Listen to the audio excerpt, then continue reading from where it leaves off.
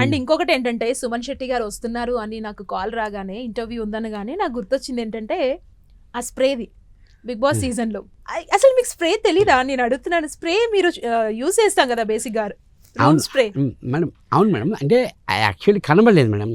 మామూలుగా కొడుతున్నాం, హోల్ ఎట్టుంది అనేది చూస్తున్నాను నేను. అది నార్మల్ జనరల్గానే చూస్తున్నాను. అది అంటే ఇటు కొట్టాలి అని జస్ట్ చూస్తున్నాను. అది స్ప్రే అయిపోయింది అది.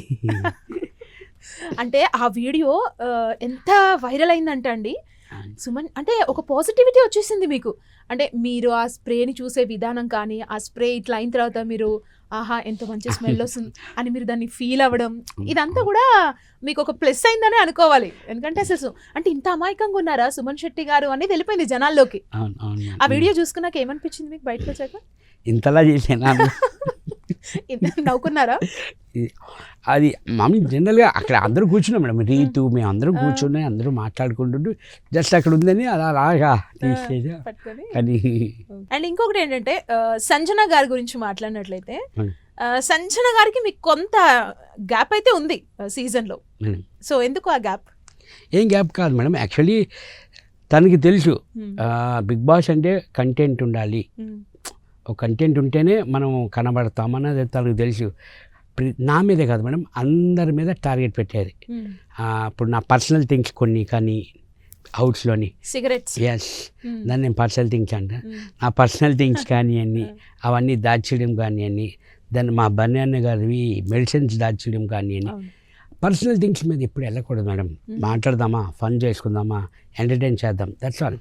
కానీ పర్సనల్ థింగ్స్ మీద వెళ్ళకూడదు. మెడిసిన్ ఎంత ఇంపార్టెంట్ మేడం, దాచకూడదు అలాంటివి దాని మీద. కానీ పర్సనల్గా ఎప్పుడు తీసుకోలేదు మేడం, అక్కడ వరకే. ఇప్పటికీ మాట్లాడుతూనే ఉంటాం. మాకు నైట్ అయితే గ్రూప్ కాల్, మేము గ్రూప్ క్రియేట్ చేసుకున్నాం మేడం, 23 మెంబర్స్ మొత్తం క్రియేట్ చేసుకొని అందరూ గుడ్ మార్నింగ్, గుడ్ నైట్ ఏం తిన్నారు ఏంటి అని అంత ఫ్రెండ్లీగా ఉన్నాం మేడం అందరూ. అక్కడ వరకే మేడం. ఆ ప్రెజెంట్ ఆ గేమ్ ఆడేయడానికి, ఆ టాస్క్ ఆడే వరకు ఉండే కదా. పర్సనల్గా ఎవరూ తీసుకోలేదు మేడం, నేనైతే తీసుకోలేదు మేడం పర్సనల్గాను. అంతే అంత పాజిటివిటీ అంత. అవును మేడం. ఏం మేడం, నా వయసులో సగం వయసు మేడం అందరికీ. నా పిల్లలాంటి వాళ్ళే కదా మేడం అందరూ. నామినేషన్ కు ముందు తొక్కలో కెప్టెన్ అని మిమ్మల్ని ఏదో అన్నారు, తొక్కలో కెప్టెన్ ఎవర్ సిస్టర్ అని మీరు ఫైర్ అయిపోయారు చూసారా?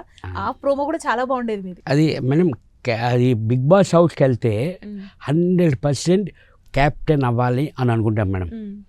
క్యాప్టెన్ నిజంగా అది మంచి పోస్ట్ మేడం. క్యాప్టెన్ అన్నది అంటే అందరి మీద అథారిటీ పెంచడం అని కాదు, అదొక రెస్పాన్సిబుల్గా ఉంటుంది మేడం. యాక్చువల్లీ ఆ క్యాప్టెన్ అనేసరిగా అది రెస్పాన్సిబిలిటీ ఆ 100 వచ్చేస్తుంది మేడం. అది దానికి అంత చీప్గా అనడం చాలా తప్పు మేడం. ఆవిడ తక్కువలో క్యాప్టెన్ అనేది ఏమనంటే నాకు లాంగ్వేజ్ తెలియదు ఇది అంటారు. తెలియదని అంత స్పష్టంగా తెలుగులో మాట్లాడిన వాళ్ళు కూడా అంత స్పష్టంగా మాట్లాడరు.